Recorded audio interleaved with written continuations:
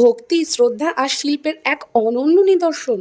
এবছর শিবরাত্রিতে পুরো মধুপুর মেতে উঠেছে এক বিশাল উন্মাদনায়। হ্যাঁ, মধুপুরের বুকে জাগ্রত মহাদেব। শিবরাত্রি উপলক্ষে এবছর তৈরি হয়েছে এই বিশাল প্রতিমা, যা দেখে কিন্তু সত্যিই মন শান্ত হয়ে যায়। আপনাদেরকে সাথে নিয়ে যে মহাদেবের দর্শন করতে এসেছি, জানলে অবাক হয়ে যাবেন। এর উচ্চতা কিন্তু 17 ফুট। শিবরাত্রি উপলক্ষে বিশেষত মধুপুরের এই মূর্তিকে কেন্দ্র করেই সাধারণ মানুষের মধ্যে ভিড় দেখার মতো।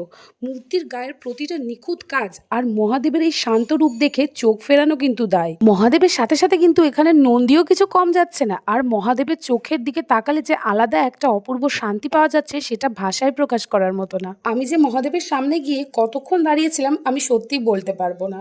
এত অপূর্ব লাগছিল, যেন সময়ের জ্ঞানই থাকছিল না। এই শিবরাত্রিতে আপনি যদি কাছাকাছি থেকে থাকেন, তবে একবার এই বিশাল মহাদেবের দর্শন করতে ভুলবেন না। মধুপুরের এই 17 ফুটের মহাদেব আপনার এবারের শিবরাত্রির অভিজ্ঞতাকে আরো স্পেশাল করে তুলবে। ভিডিওটা যদি সত্যি ভালো লেগে থাকে, তাহলে শেয়ার করে বাকিদেরও দেখার সুযোগ করে দেন। আর কমেন্টে অবশ্যই লিখে যান, হর হর মহাদেব।